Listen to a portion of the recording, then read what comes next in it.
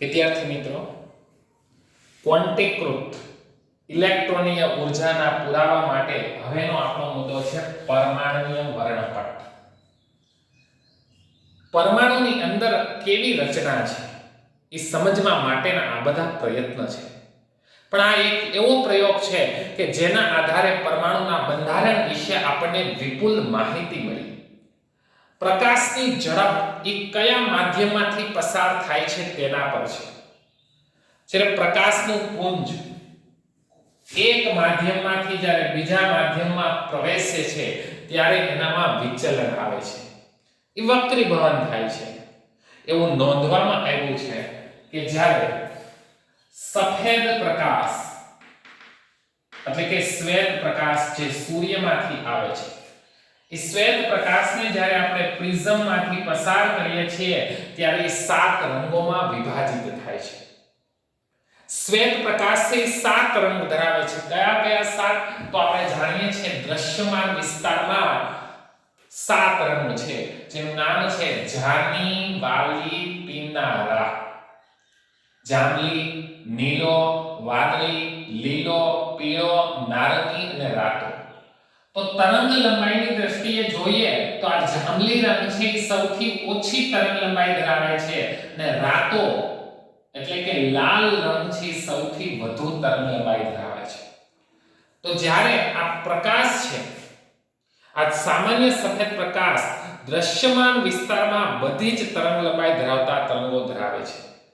તેથી જ સફેદ પ્રકાશનું કિરણ જુદા જુદા રંગની પટ્ટીમાં ફેરવાઈ જાય છે ત્યારે એ જુદા જુદા રંગમાં ફેરવાઈ જાય છે એને આપણે વર્ણપટ કહીએ છીએ. જો અહીંયા આપણે 7 રંગ મળશે: જાની, વાલી, પીનારા.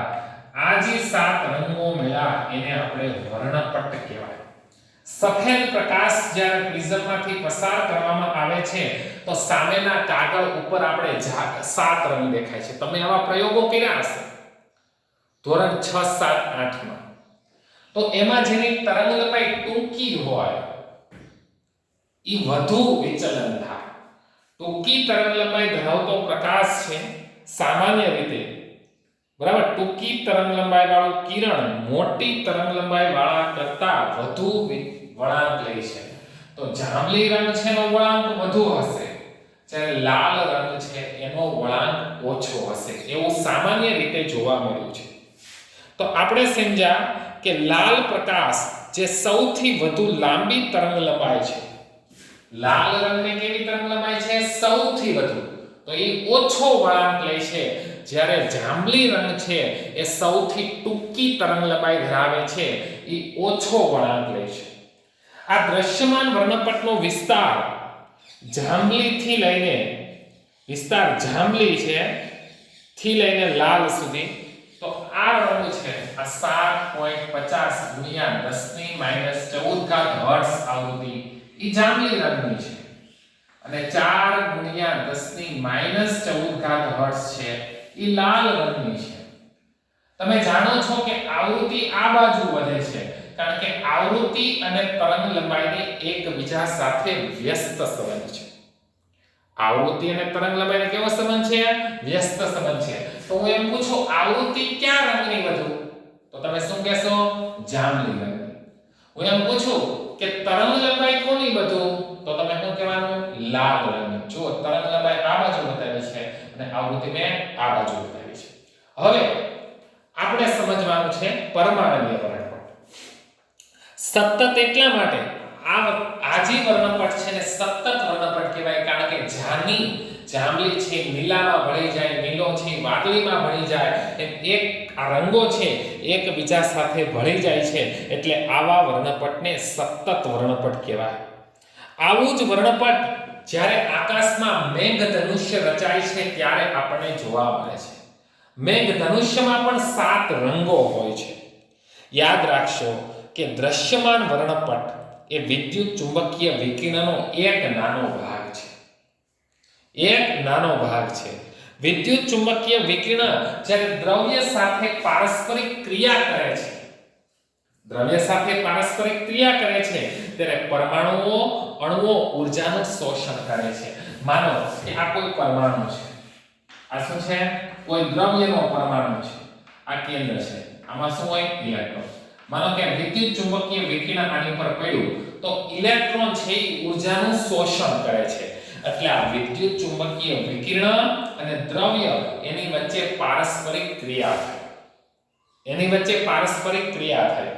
જો હવે ખાસ સમજવાનું છે, આ વિદ્યુત ચુંબકીય વિકિરણને દ્રવ્ય ઉપર પાડ્યો એટલે કે અણુ ઉપર એટલે કે પરમાણુ ઉપર, તો આ ઇલેક્ટ્રોન છે ઊર્જા મેળવશે, શોષણ કરશે. ઇલેક્ટ્રોન ઊર્જાનું શોષણ કરીને શું કરશે? પોતાની ઉત્તેજિત અવસ્થામાં જશે.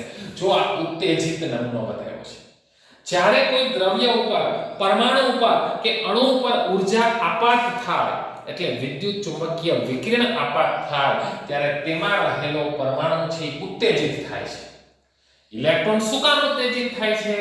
ઊર્જા મેળવે છે. એટલે આ ઉત્તેજિત નમૂનો બતાવેલો છે. કોનો? પરમાણુ. એમાંથી પછી ઊર્જાનું ઉત્સર્જન થાય છે. કારણ કે કોઈ પણ પરમાણુ હોય ને એ ઉત્તેજિત અવસ્થામાં લાંબો સમય સુધી ટકી શકતો નથી. એટલે એ પરમાણુમાંથી ફરીવાર ઊર્જાનું ઉત્સર્જન થાય છે. આ ઉત્સર્જિત ઊર્જા છે એ આપણે પ્રિઝમમાંથી પસાર કરીને કોઈ ફોટોગ્રાફિક ફિલ્મ ઉપર એની નોંધ લઈએ તો એમાં આપણને ચોક્કસ રેખાઓ મળે છે. આપણને વર્ણપટની રેખાઓ મળે છે જે પરમાણુના બંધારણ વિશે આપણને વિપુલ માહિતી પૂરી પાડે છે. જોઈએ કે ઉત્સર્જન અને અવશોષણ વર્ણપટ એટલે શું? ઉત્સર્જન એટલે શું? ઉત્સર્જિત કરવું, બહાર નીકાળવા પ્રકાશના કિરણો. જે ઊર્જા શોષી છે એમાંથી અમુક ઊર્જાનું ઉત્સર્જન કરવું એટલે બહાર નીકાળવું. અને શોષણ વર્ણપટ એની વાત આવે છે પરમાણુય વર્ણપટ.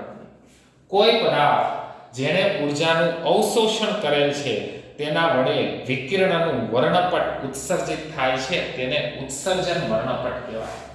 આ પરમાણુ છે એ ઊર્જાનું શોષણ કરે અને ફરી પાછું શું કરે છે? ઉત્સર્જન કરે છે. તો આ જે વિકિરણ બહાર નીકળે છે એને ઉત્સર્જન વર્ણપટ કહેવામાં આવે છે. જ્યારે અણુ, પરમાણુ કે આયન વિકિરણનું અવશોષણ કરે છે ત્યારે તેને ઉત્તેજિત કહેવામાં આવે છે. આ પરમાણુ છે પહેલા ઊર્જાનું શોષણ કરશે એટલે કેવો થશે? ઉત્તેજિત. ઉત્તેજિત અવસ્થામાં એમ ધ્રુજતો હોય કારણ કે ઊર્જા બહુ બધી વધી ગઈ હોય એટલે એ સ્થિતિમાં એ લાંબો સમય ન ટકી શકે. જો જેની મૂળ અવસ્થા હોય એને ભૂમિ અવસ્થા કહેવાય. ભૂમિ અવસ્થા. બરાબર? આ ઉપરની અવસ્થા છે એને કેવી અવસ્થા કહેવાય? ઉત્તેજિત અવસ્થા. બરાબર? માનો ઇલેક્ટ્રોન અહીંયા છે, આ ઇલેક્ટ્રોન છે, એના ઉપર કોઈ વિદ્યુત ચુંબકીય તરંગો પડે એટલે ઊર્જાનું અવશોષણ કરે છે અને ભૂમિ અવસ્થામાંથી ઇલેક્ટ્રોન ક્યાં જાય છે? ઉત્તેજિત અવસ્થામાં. જો ઇલેક્ટ્રોન ઉત્તેજિત અવસ્થામાં ગયો છે. હવે એ ઇલેક્ટ્રોન જ્યારે ભૂમિ અવસ્થામાં પાછો આવે છે ત્યારે ચોક્કસ ઊર્જાનું ઉત્સર્જન થાય છે. એ ચોક્કસ ઊર્જા જે ઉત્સર્જન થાય છે એને આપણે કોઈ ફિલ્મની પટ્ટી પર નોંધી લઈએ તો એને આપણે વર્ણપટ કહેવાય. એને રેખા વર્ણપટ કહેવાય. બરાબર? તો ઉત્સર્જન વર્ણપટ મેળવવા માટે કાં તો પદાર્થને ગરમ કરવો પડે છે અથવા તો પદાર્થ પર વિકિરણનો મારો ચલાવવો પડે છે. તો જુદા જુદા વાયુના કે તત્વોના પરમાણુ લઈ તેના ઉપર ઊર્જા આપાત કરવામાં આવે. એ પદાર્થને ગરમ કરવામાં આવે એટલે પહેલા એ ઉત્તેજિત અવસ્થામાં જશે, પછી શું કરશે? પછી ચોક્કસ ઊર્જાનું ઉત્સર્જન કરશે અને એ ઉત્સર્જિત થતી ઊર્જા છે એને આપણે ફોટોગ્રાફિક ફિલ્મ પર નોંધી લઈએ, ડિટેક્ટર દ્વારા નોંધી લઈએ તો એ જે રેખાઓ મળે છે, એ જે રેકોર્ડ મળે છે એ આપણા માટે ખૂબ ઉપયોગી છે. આમ જુદા જુદા તત્વોના પરમાણુ વિશેની વિપુલ માહિતી આપણને પરમાણુય વર્ણપટ દ્વારા મેળવે છે. અવશોષણ વર્ણપટ ઉત્સર્જન વર્ણપટની ફોટોગ્રાફિક નેગેટિવ જેવી હોય છે. નમૂનામાંથી સતત રીતે વિકિરણ પસાર કરવામાં આવે છે અને અમુક તરંગલંબાઈ શોષાઈ જાય છે અને બાકીના તરંગલંબાઈ છે એનું ઉત્સર્જન થાય છે. શોષિત વિકિરણમાંથી ગુમ થયેલી અથવા ન મળતી તરંગલંબાઈ તેજસ્વી સતત વર્ણપટમાં કાળી જગ્યા રાખે છે. માનો કે આમાંથી ઊર્જાનું આપણે માનો કે જે દ્રશ્યમાન પ્રકાશ આપાત કરીએ છીએ તો સાતેય રંગનું શોષણ થાય, જાની, વાલી, પીનારા. તો જે ઉત્સર્જન થાય છે એમાં જાની, વાલી, પીનારા હોવું જોઈએ, પણ એમાં અમુક રંગ ગાયબ હોય. માનો કે જાંબલી છે પણ નીલો નથી, તો નીલો રંગ નથી શેમાં? ઉત્સર્જિત થતી ઊર્જામાં. સાતેય રંગોનું શોષણ કર્યું છે તો ઉત્સર્જન સાતેય રંગોનું થવું જોઈએ. પણ જેમાં અમુક રંગો ન હોય, જે રંગ ધાતુ દ્વારા શોષાઈ ગયા હોય એની જગ્યાએ કાળી રેખા હોય છે. તો એમ માનવામાં આવે છે કે ઈ ન જોવા મળતી તરંગલંબાઈ છે એની જગ્યાએ કાળી રેખા હોય છે. આ પ્રકારના અભ્યાસની પદ્ધતિને સ્પેક્ટ્રોસ્કોપી કહેવાય છે. ઉત્સર્જન કે અવશોષણ વર્ણપટના અભ્યાસને સ્પેક્ટ્રોસ્કોપી કહે છે. દ્રશ્યમાન પ્રકાશનું વર્ણપટ જે ઉપર ચર્ચા કરી તે મુજબ સતત છે, કારણ કે દ્રશ્યમાન પ્રકાશની બધી જ તરંગલંબાઈનું દ્રશ્યમાન વિસ્તારમાં આપણે બધી જ તરંગલંબાઈનું બરાબર સમાવેશ થાય છે.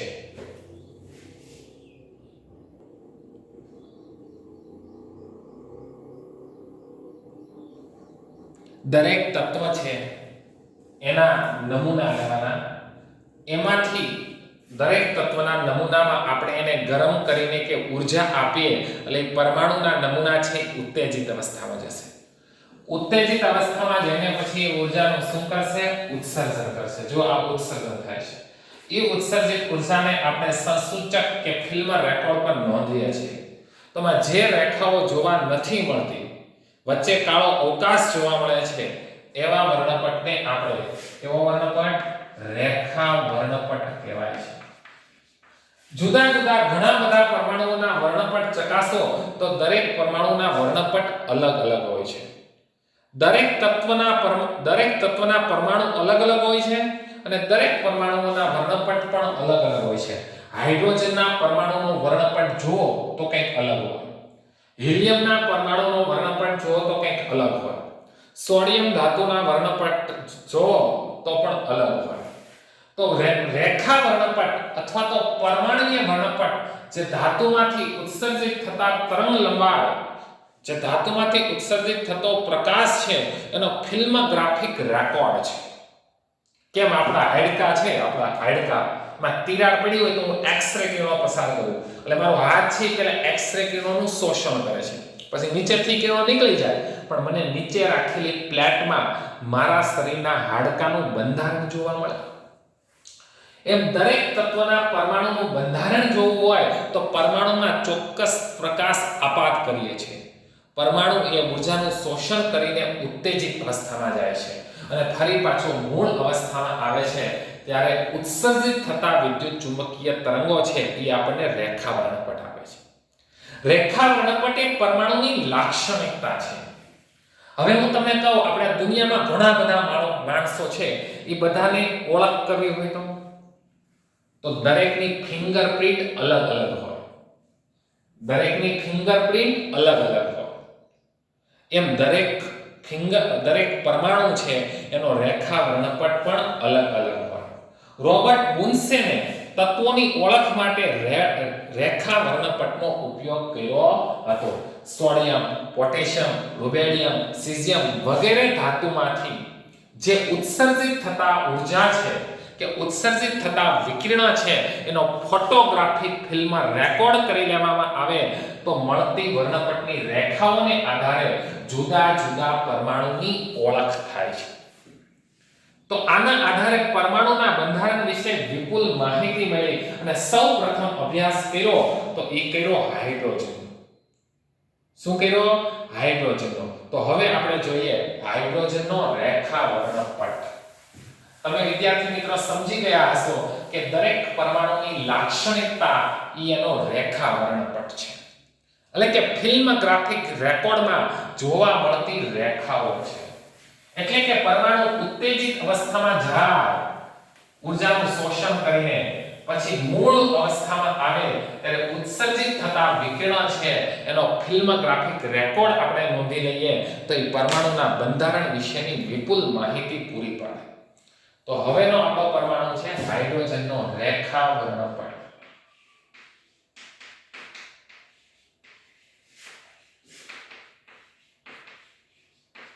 હેડિંગ છે હાઇડ્રોજનનો રેખા વર્ણપટ. જ્યારે વાયુમય હાઇડ્રોજનમાંથી વિદ્યુતભાર પસાર કરવામાં આવે છે ત્યારે અણુ વિયોજિત થાય છે. હાઇડ્રોજન પરમાણુ ઉત્તેજિત થાય છે અને જુદી જુદી વિદ્યુત ચુંબકીય વિકિરણનું ઉત્સર્જન કરે છે. ધારો કે આ હાઇડ્રોજનનો પરમાણુ હતો, એમાં આપણે ઊર્જા દાખલ કરવાની, એટલે આ પરમાણુ વિયોજિત થશે, એમાં રહેલો ઇલેક્ટ્રોન ઉત્તેજિત થશે અને જુદી જુદી આવૃત્તિવાળા, બરાબર, જુદી જુદી આવૃત્તિવાળા વિદ્યુત ચુંબકીય વિકિરણનું ઉત્સર્જન કરશે. આ ઉત્સર્જિત થતા વિકિરણો છે એની આવૃત્તિ નોંધી લઈએ, એના વિસ્તાર નોંધી લઈએ, એ વિકિરણમાં જોવા મળતી રેખાઓ છે એને ફોટોગ્રાફિક ફિલ્મ પર નોંધી લઈએ તો એને હાઇડ્રોજનનો રેખા વર્ણપટ કહેવામાં આવે છે. હાઇડ્રોજન વર્ણપટ કેટલીક શ્રેણીઓનું બનેલું છે જેને આધારે એના શોધનાર વૈજ્ઞાનિકોના નામ ઉપરથી નામ આપવામાં આવે. હાઇડ્રોજનના પરમાણુ જ્યારે ઊર્જાનું શોષણ કરે છે ત્યારે તેમાંથી કુલ 5 પ્રકારના જુદા જુદા વિકિરણનું ઉત્સર્જન કરે છે. એ પાંચેય વિકિરણને ઓળખનાર વૈજ્ઞાનિકોના નામ ઉપરથી એને જુદી જુદી શ્રેણીમાં વિભાજિત કરવામાં આવે છે. લા, બા, પા, બે, ખૂણ, લાયમન, બામર, પાશ્વન, બ્રેકેટ અને ફૂન. આ 5 વૈજ્ઞાનિકો હતા. આ પાંચેય વૈજ્ઞાનિકોએ જ્યારે હાઇડ્રોજન પરમાણુમાંથી ઉત્સર્જિત થતા વિકિરણો છે એનો વર્ણપટ વિશેની માહિતી મેળવી હતી અને પ્રાયોગિક અવલોકને આધારે દર્શાવ્યું કે જો વર્ણપટની રેખાઓને તરંગ સંખ્યા v12 વડે આપણે બતાવીએ તો આજે ઉત્સર્જિત થતો વિદ્યુત ચુંબકીય તરંગો છે એની આવૃત્તિને આપણે v12 વડે બતાવીએ, v12 એટલે તરંગ સંખ્યા, તો હાઇડ્રોજનની વર્ણપટની દ્રશ્યમાન રેખાઓ નીચેના સૂત્રનું પાલન કરે છે. 109 677 તરંગ સંખ્યા બરાબર 109 677 1/2² minus 1/n², 2² minus 1/n² centimetre inverse છે. n બરાબર ધન પૂર્ણાંક સંખ્યા. ઓકે, સર્વપ્રથમ કયા પરમાણુની વર્ણપટની રેખાઓનો અભ્યાસ કરવામાં આવ્યો? હાઇડ્રોજન. હાઇડ્રોજનની વર્ણપટની રેખાઓ છે એ કેટલી જુદા જુદા પ્રકારની રેખાઓ? જ્યારે હાઇડ્રોજન પરમાણુએ ઊર્જાનું શોષણ કર્યું અને ઉત્સર્જિત થતા વિકિરણો છે એની આવૃત્તિ જુદી જુદી હતી, એવી કુલ 5 પ્રકારની રેખાઓ હાઇડ્રોજન પરમાણુના વર્ણપટમાં જોવામાં મળી. એ ઓળખનાર વૈજ્ઞાનિકોને આધારે એને 5 શ્રેણીમાં વિભાજિત કરવામાં આવે છે. લાયમન શ્રેણી, બામર શ્રેણી, પાશ્વન શ્રેણી, બ્રેકેટ શ્રેણી અને ફૂંડ શ્રેણી. હવે સમજીએ કે આ પાંચેય રેખાઓનું અલગીકરણ આ 5 વૈજ્ઞાનિકોએ કઈ રીતે કર્યું હતું. આપણે હાઇડ્રોજનના પરમાણુમાં જે પણ આ રેખાઓ મળી એને તરંગ સંખ્યા દ્વારા ઓળખી શકાય છે. બામર નામનો વૈજ્ઞાનિક હતો. જુઓ, આ બીજી જે રેખા છે એ રંગીન રેખાઓ હતી. હાઇડ્રોજનના વર્ણપટમાં કુલ કેટલા પ્રકારની રેખાઓ જોવા મળી હતી? 5 પ્રકારની રેખાઓ મળી. જે પહેલા પ્રકારની રેખા જોવા મળી કયા વૈજ્ઞાનિકે ઓળખી હતી? લાયમન નામના વૈજ્ઞાનિકે ઓળખી હતી, એટલે એને લાયમન શ્રેણીની રેખા કહેવાય. હાઇડ્રોજનના વર્ણપટમાં જે બીજી રેખા મળે છે એ બામર નામના વૈજ્ઞાનિકે ઓળખી હતી, એટલે એને બામર શ્રેણીની રેખા કહેવાય. બામર શ્રેણીની રેખા છે કયા વિસ્તારમાં જોવા મળે છે? દ્રશ્યમાન વિસ્તારમાં, એટલે રંગીન રેખાઓ છે. તો બામર શ્રેણી છે એમાં જોવા મળતી રેખા છે એની તરંગ સંખ્યા v બાર બરાબર આ સૂત્રને અનુસરે છે. આ સૂત્ર કોણે આપ્યું હતું? આ પાંચેય વૈજ્ઞાનિકોએ હાઇડ્રોજન વર્ણપટની જે રેખાઓને ઓળખી એના આધારે આ સૂત્ર આપવામાં આવ્યું હતું. તો આપણી જે બામર શ્રેણી છે, જે હાઇડ્રોજન વર્ણપટની રેખામાં જોવા મળતી બીજી રેખા, એને બામર નામના વૈજ્ઞાનિકે ઓળખી હતી બીજા વર્ણપટને, એને આ સૂત્રને અનુસરે છે. તો તરંગ સંખ્યા બરાબર 109,677 1/2² માઈનસ 1/n² અને તરંગ સંખ્યાનો એકમ શું છે? સેન્ટીમીટર ઇન્વર્સ અને n છે ધન પૂર્ણાંક સંખ્યા છે. હવે તમે આગળ શીખશો કે પરમાણુ છે માં જુદા જુદા શક્તિ સ્તર હોય છે. આ પરમાણુનું કેન્દ્ર છે. પહેલી કક્ષા છે ને પ્રથમ શક્તિ સ્તર કહેવાય, બીજી કક્ષા હોય છે ને બીજું શક્તિ સ્તર કહેવાય, અને પરમાણુની અંદર ત્રીજી કક્ષા હોય છે ને ત્રીજું શક્તિ સ્તર કહેવાય. પરમાણુની અંદર ચોથી કક્ષા હોય છે ને ચોથું શક્તિ સ્તર કહેવાય. હવે ઇલેક્ટ્રોન ધારી લો કે બીજી કક્ષામાં છે, તો એની મૂળ ભૂમિ અવસ્થા કહેવાય. ઇલેક્ટ્રોન કઈ કક્ષામાં છે? ત્યારે બીજી કક્ષામાં, તો એ ભૂમિ અવસ્થામાં કહેવાય. હવે ઇલેક્ટ્રોન જ્યારે ઊર્જાનું શોષણ કરીને ત્રીજી કક્ષામાં જશે, પાછો મૂળ ત્રીજીમાંથી બીજીમાં આવશે, કે ઇલેક્ટ્રોન ચોથીમાં ગયો છે તો પણ મૂળ અવસ્થા બીજી છે. જ્યારે પરમાણુની અંદર ઇલેક્ટ્રોન મૂળ અવસ્થા 2 માં પાછો ફરે છે ત્યારે જોવા મળતી રેખાને આપણે બામર શ્રેણી કહેવાય. જુઓ, આ n1 એટલે આ એનું પ્રાથમિક સ્તર છે કે બીજા કક્ષામાં ઇલેક્ટ્રોન હોય ત્યાંથી ઊર્જાનું શોષણ કરીને ત્રીજામાં જાય, ચોથામાં જાય, પાંચમામાં જાય, બીજામાંથી ત્રીજામાં જાય, બીજામાંથી ચોથામાં જાય, બીજામાંથી પાંચમામાં જાય. ક્યારે જાય? ઊર્જાનું શોષણ કરે ત્યારે. તો એક વસ્તુ તમે નોંધી રાખી હશે કે બીજા શક્તિ સ્તર કરતા ત્રીજા શક્તિ સ્તરની ઊર્જા વધારે અને ત્રીજા કરતા ચોથાની વધારે, એમ ક્રમશઃ ઊર્જા વધતી જાય છે. એમ ક્રમશઃ ઊર્જા વધતી જાય છે. તો જ્યારે ત્રીજામાંથી પાછો મૂળ બીજામાં આવે, કે ચોથામાંથી જ્યારે બીજામાં આવે, કે પાંચમામાંથી બીજામાં આવે, એટલે આ 2² એટલે તમે સમજી ગયા કે મૂળ ભૂમિ અવસ્થા છે. ઇલેક્ટ્રોન બીજા શક્તિ સ્તરમાં જ્યારે પાછો આવે ત્યારે જોવા મળતી રેખાઓ છે એ બધી રંગીન છે, કારણ કે બામર શ્રેણી છે જો કયા વિસ્તારમાં છે? દ્રશ્યમાન વિસ્તારમાં છે. તો આ વર્ણપટની રેખાઓ છે બહુ જટિલ હોય છે. હાઇડ્રોજન તો એક સાદો પરમાણુ છે, એટલે એના વર્ણપટમાં જોવા મળતી રેખાઓને સરળતાથી આ લાઇમેન, બામર, પાશ્વન, બ્રેકેટ અને ફુંડ નામના વૈજ્ઞાનિકો ઓળખી શક્યા. જેમ જેમ પરમાણુમાં ક્રમાંક વધે એમ એનામાં ઇલેક્ટ્રોનની સંખ્યા પણ વધે અને એમ એમ એનો પરમાણુય વર્ણપટ છે વધુ જટિલ બનતો જાય છે. અત્યારે આપણે જે વર્ણપટ ભણી રહ્યા છીએ એને આપણે હાઇડ્રોજનનો વર્ણપટ કહીએ છીએ. તો આ જે સૂત્ર છે તરંગ સંખ્યા બરાબર 109,677 1/2² માઈનસ 1/n². ઈ સૂત્ર દ્વારા આપણે તરંગ સંખ્યા ગણી શકીએ છીએ. આ સૂત્ર દ્વારા વર્ણન કરાયેલી રેખાની શ્રેણીને બામર શ્રેણી કહેવાય છે. તો હવે હાઇડ્રોજન વર્ણપટમાં બામર શ્રેણીની રેખાઓ જ માત્ર હોય છે, જે વિદ્યુત ચુંબકીય વર્ણપટના દ્રશ્યમાન વિસ્તારમાં આવે. બામર શ્રેણી એકમાત્ર જ આપણને રંગીન દેખાય છે. પછી લાઇમને જે શ્રેણીની શોધ કરી એની તરંગ લંબાઈ ઓછી છે, એ પારજાંબલી વિસ્તારમાં છે. જ્યારે પાશ્વન, બ્રેકેટ અને ફુંડ આ ત્રણેય શ્રેણી જે હાઇડ્રોજન વર્ણપટમાં જોવા મળે છે એ કયા વિસ્તારની છે? પાર રક્ત વિસ્તારની છે. હવે વિદ્યાર્થી મિત્રો, અહીંયા 109,677 જે અચળ સંખ્યા છે એને રીડબર્ગ અચળાંક કહે છે.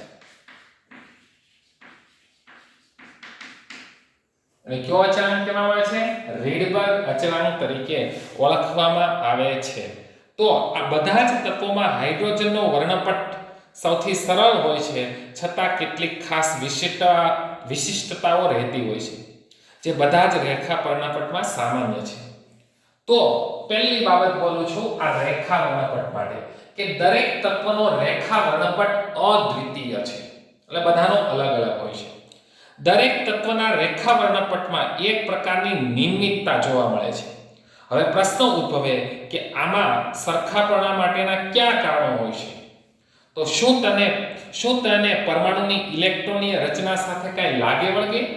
આ પ્રશ્નનો ઉત્તર મેળવવા માટે આપણે આગળ ઇલેક્ટ્રોન રચના વિશેની માહિતી મેળવીશું. વર્ણપટની ઘણી રેખાઓમાં સમાનતા જોવા મળે છે, કારણ કે એનું કારણ છે ઇલેક્ટ્રોનીય રચના. તો હવે આપણે હાઇડ્રોજન પરમાણુ માટે જે બોહર નમૂનો રજૂ કરે છે એની વિશેની માહિતી મેળવીશું. જો આ પરમાણુય વર્ણપટ છે એક અદ્વિતીય વસ્તુ છે, એટલે કે કોઈ પણ પરમાણુ નમૂનામાંથી જ્યારે આપણે ઊર્જા પસાર કરીએ છીએ ત્યારે ઉત્સર્જિત થતો પ્રકાશ છે એમાં ચોક્કસ રેખાઓ જોવા મળે છે. એ રેખાઓનો ફિલ્મોગ્રાફિક રેકોર્ડ એટલે કે વર્ણપટ. અને આ વર્ણપટની વધુ માહિતી હવે આપણે આગળના પીરિયડની અંદર મેળવીશું. અસ્તુ.